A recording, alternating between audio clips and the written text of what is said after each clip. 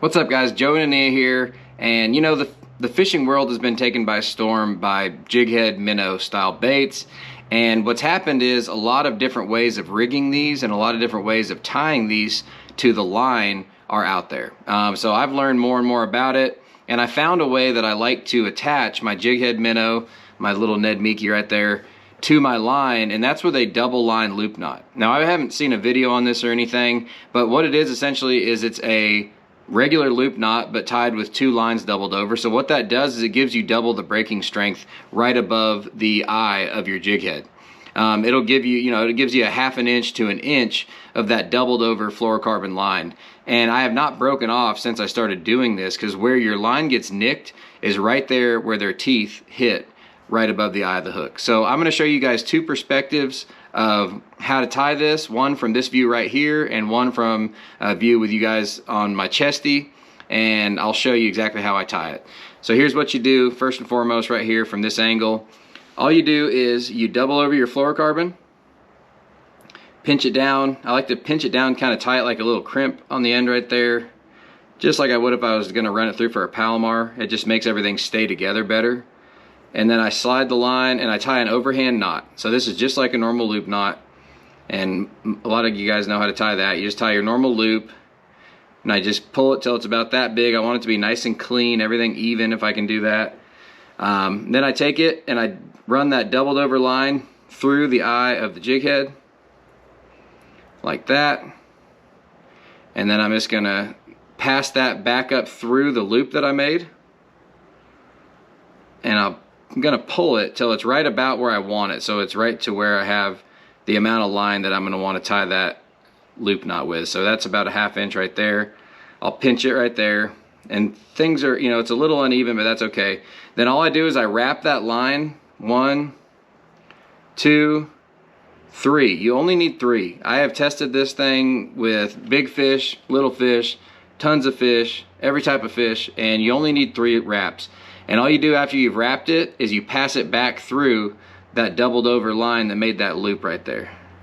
So now I'm just gonna run it back through it, and you guys will get to see this all over again. And then I pull that doubled over line first. So I'm gonna start kind of just pulling on it a little bit. I'm gonna make sure everything's even by pulling these lines. See if my loops are getting even, they're the right size now. And then I like to wet it. I always wet my knots and pull it down. I'll pull the loop a little bit too, just to cinch that. But that right there is incredibly strong, and like I said, it gives you a doubled over line.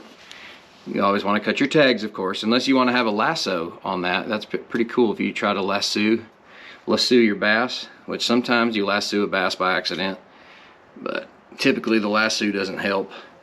So that right there is the deal. That is a free swinging doubled over line loop knot on a jighead minnow. When bass are coming up to eat a jighead minnow, they're not looking at the line. They're coming up from underneath it or behind the bait, and I believe that they're not looking at the line at all. Unless I was fishing like super clear water, I would be a little more concerned, but that right there is nasty strong and gets the job done. So here's the other perspective. And now I'm about to show you the other perspective so you can really see it from the chesty view. Alright guys, so here is the other perspective, and I don't know if y'all realize how hard it is to tie a knot on camera and to show everybody, but it is brutal. I don't know why that is, but here we go. First take, getting it done. Gonna show you guys how I tie this, and this is important to see because this is actually how you guys are gonna be tying it. So, take your fluorocarbon leader, you double it over. This is 14-pound Vicious Tora. I double it over and I crimp it down just like that, so it's pinched. Then I'm just going to slide my fingers and I'm going to tie an overhand knot. Like I said before, overhand. And then I'm going to give it a little pull to get that loop not too big. So all it is, doubled over, overhanded. And then I'm going to run it through the eye of my hook.